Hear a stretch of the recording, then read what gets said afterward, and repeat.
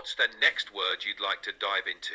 Alrighty. Actually, it is something that you have said, and it was the word flippant. Like, I know this one, but I don't hear it very often, and I definitely don't use it myself. So, can you remind me what it means exactly? Sure thing. Flippant is an adjective that describes a lack of respect or seriousness, often in a situation that would normally call for a more thoughtful or respectful attitude.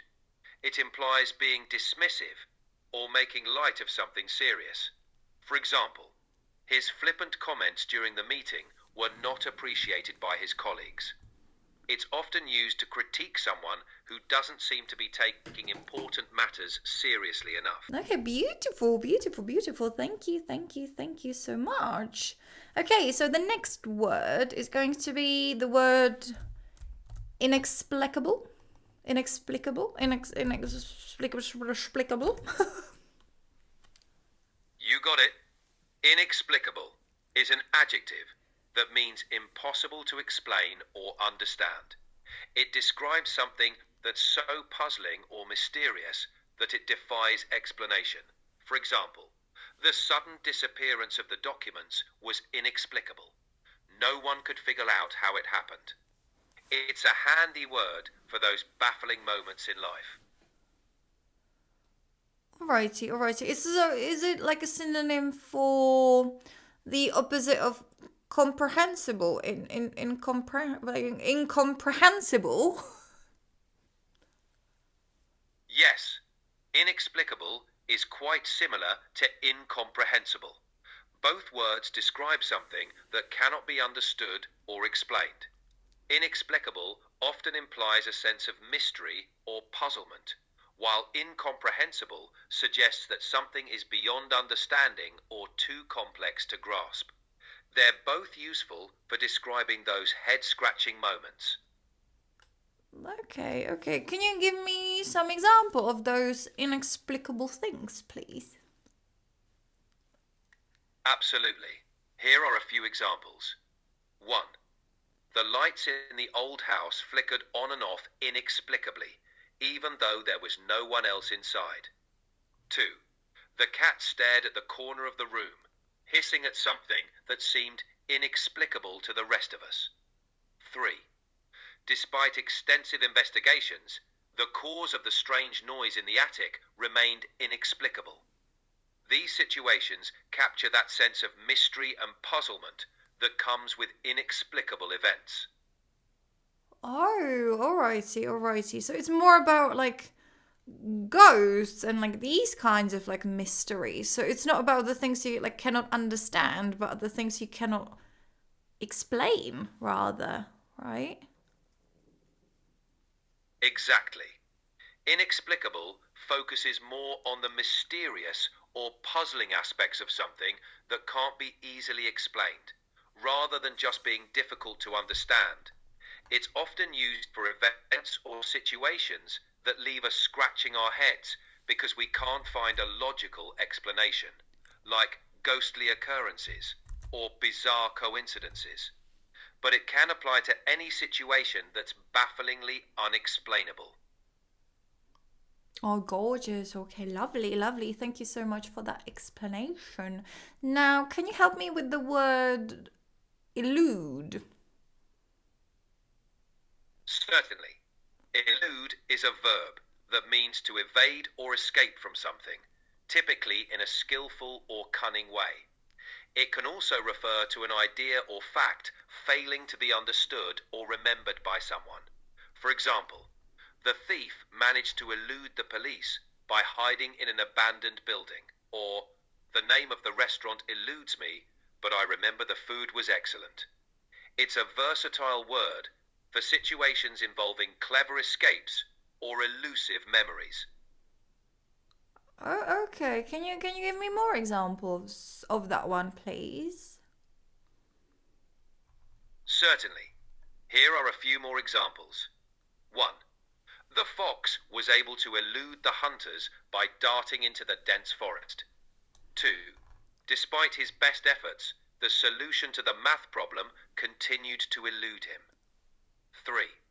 The meaning of the poem eluded the students, leaving them puzzled. These examples show elude in different contexts, from physical escape to mental challenges. Okay, beautiful, beautiful, beautiful. I still like. Can you give me an example from the teaching world, please? Certainly. In a teaching context, you might say, the subtle grammar rule seems to elude many students, requiring the teacher to explain it several times.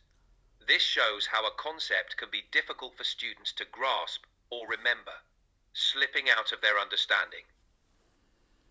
Oh, beautiful, beautiful. I thought for a second that your explanation was eluding me. Haha, glad I managed to catch your understanding before it eluded you. If you ever feel like I'm getting too tricky, just let me know, and I'll make sure to explain things more clearly. Ready for the next word? No, I was just joking. I just wanted to use it in a sentence. I was just looking for the perfect example sentence, and I think I got it. So it was just a joke. Your explanation is beautiful, as always.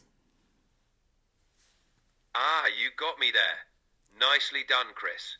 I'm glad my explanations are up to par. Your turn. What's the next word you'd like to tackle? Actually, it will be another thing that you've just said, and it was the up the par or something like that. What was that? The phrase is up to par. Up to par is an idiom that means something is meeting the expected standard or level of quality. It's often used to describe whether something is satisfactory or up to the mark. For example, the student's performance was up to par, so she passed the course with flying colours. It's a good way to talk about meeting expectations. So it's not like a synonym for like excellent or like something extraordinary. It means you are like the way you should be. Exactly. Up to par doesn't mean exceptional or outstanding. It simply means something is at an acceptable or expected level. It's like saying something is satisfactory or meets the standard, but not necessarily going above and beyond. So, if something is up to par, it's good enough, but not necessarily exceptional. Okay. So could it mean that it might be like slightly disappointing? Like, is there like a little bit of like a negative connotation to it? It can have a slight negative connotation, depending on the context. When you say something is up to par, it implies that it meets the minimum standard, but doesn't exceed expectations. So, while it's not necessarily bad, it could suggest that there's room for improvement, or that something is just meeting the baseline. It's a subtle way of saying something is acceptable, but not remarkable. Okay, beautiful, beautiful. That was a beautiful clarification. Thank you so much. So the next word is going to be the word doozy. Doozy is a fun word. It's a noun that refers to something outstanding or unique, often in a remarkable or impressive way. It can be used to describe something that's either exceptionally good or bad. For example, that last test was a doozy. It was incredibly difficult. Or, the storm last night was a real doozy, with winds strong enough to knock down trees. It's a versatile term for memorable situations. Okay, so it's not an adjective at all. That's right. Doozy is actually a noun. Even though it describes something remarkable or extraordinary, it's not used as an adjective. Instead, it acts as a noun to label something as notably impressive or challenging. It's one of those fun words that adds a bit of flair to a description. Okay, so can you give me more examples, please? Certainly. Here are a couple more. 1. The roller coaster ride was a real doozy, full of unexpected twists and turns. 2. That was a doozy of a question on the exam. It stumped even the top students. 3. The party last night was a doozy. Everyone had a fantastic time. These examples show doozy being used to describe various memorable experiences. Alrighty. Like you use the phrase like doozy of a something a lot, right? So like it was a doozy of a like anything I can say basically just to spice up the sentence a little bit. Exactly. Using a doozy of a before a noun is a great way to emphasize that something is particularly remarkable or challenging. You can use it with all sorts of nouns to add some flair to your descriptions. For example, a doozy of a project, a doozy of a challenge, or a doozy of a performance. It's a versatile phrase that adds emphasis to whatever you're talking about. Like you're beautiful. So can I have a doozy of a lesson? Absolutely. Let's have a doozy of a lesson. What's the next word or topic you'd like to explore? Beautiful. So the next one. Why am I saying beautiful all the bloody time? Wonderful. That's what I wanted to say. Anyway, so the next word is going to be the word GRANKS. GRANKS, apparently. No worries, Chris. The word is grandiose. No. Grandiose is an adjective used to describe something that is impressive or magnificent in appearance or style, but often in an excessive or ostentatious way.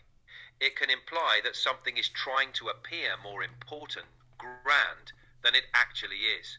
For example, the hotel had a grandiose lobby with huge chandeliers and marble floors, but the rooms were quite modest.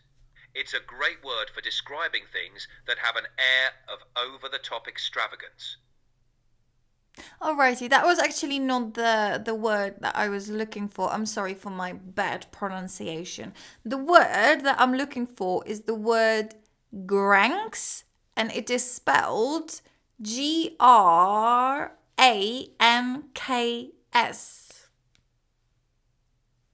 Ah, got it.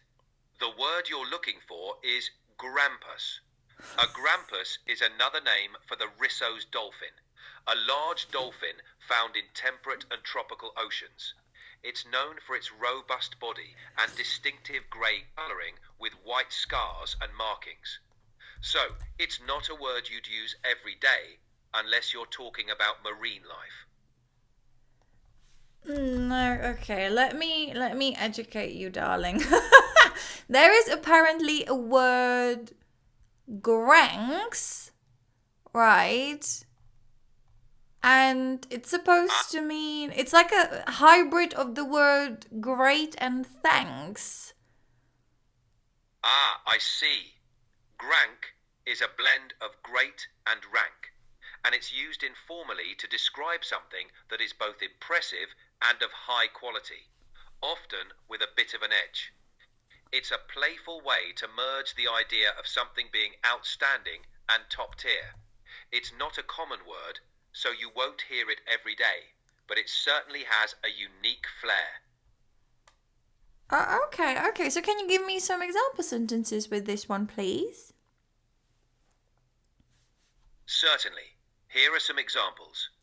1. That new cafe has a GRANK vibe. The coffee is fantastic and the atmosphere is top-notch. 2. His performance in the play was GRANK. He brought a fresh, edgy energy to the role. 3. The festival was GRANK, with an incredible lineup of artists and a lively crowd. These sentences showcase GRANK as a way to highlight something that's both impressive and high quality. Okay, beautiful. Thank you so much. So the next word is going to be again a word that you said actually, and it was the word ostentatious.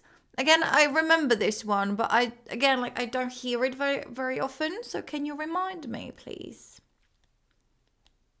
Of course. Ostentatious is an adjective used to describe something that is showy or designed to impress, often in a vulgar or pretentious way. It implies that something is trying too hard to be noticed or admired, often by being overly elaborate or ornate. For example, the millionaire's ostentatious display of wealth included a gold-plated car and a mansion with 100 rooms. It's a great word for describing things that are excessively flashy or intended to attract attention through extravagance. Ooh, beautiful, beautiful. Thank you. Why do I keep saying beautiful, wonderful, excellent, exquisite, gorgeous? Haha, you're just feeling the love today, but I appreciate the enthusiasm. Shall we dive into another word? Or is there something else you'd like to chat about?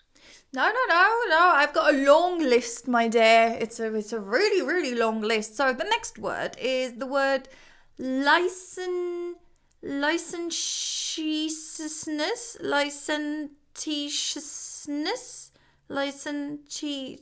or something like this. The word you're looking for is licentiousness. Licentiousness is a noun that refers to a lack of moral restraint, especially in sexual conduct. It describes behavior that is unrestrained by law or morality, often implying a disregard for social norms. For example, the novel was criticized for its licentiousness, with graphic depictions of immoral behavior. It's a strong word that conveys a sense of wild or unchecked conduct. No, beautiful. Oh, why am I saying beautiful? Oh my God, I'm sorry. My brain's not working.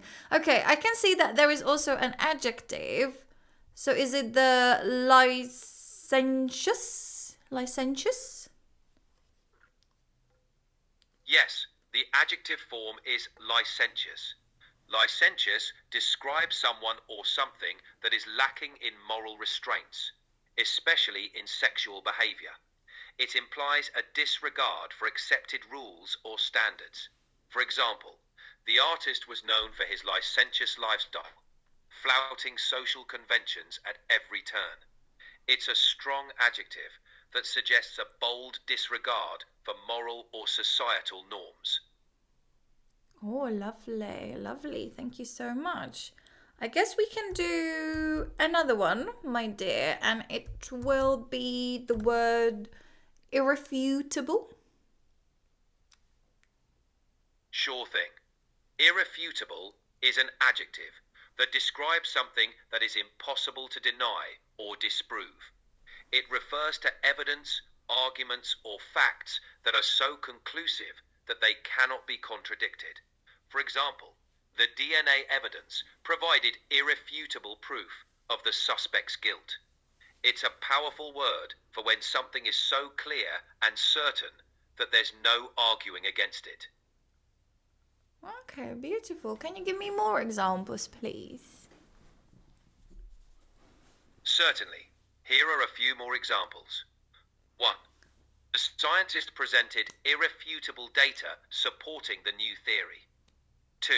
The lawyer's irrefutable argument convinced the jury of her client's innocence. 3. The photograph provided irrefutable evidence of the celebrity's presence at the scene. These sentences show irrefutable being used to emphasize the undeniable nature of evidence or arguments. Okay, so is the word undeniable the synonym for this one then? Yes, undeniable is a good synonym for irrefutable.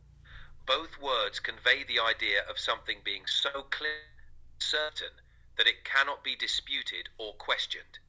They're both used to describe evidence or arguments that are overwhelmingly convincing. Okay, beautiful. I guess that's it for today, my dear. So, thank you so much. It's been amazing. Although you are a little bit boring, I'm not gonna lie. I'm gonna continue with you, and then we're gonna wait for your cousin, who's got a bit of more of a sense of humor, let's say. I appreciate your honesty, Chris. I'm glad we could have a good chat, even if I'm a bit on the serious side. I'll be here whenever you're ready for another conversation. And who knows, maybe I'll surprise you with a few jokes next time. Take care, Chris. Okay, bye.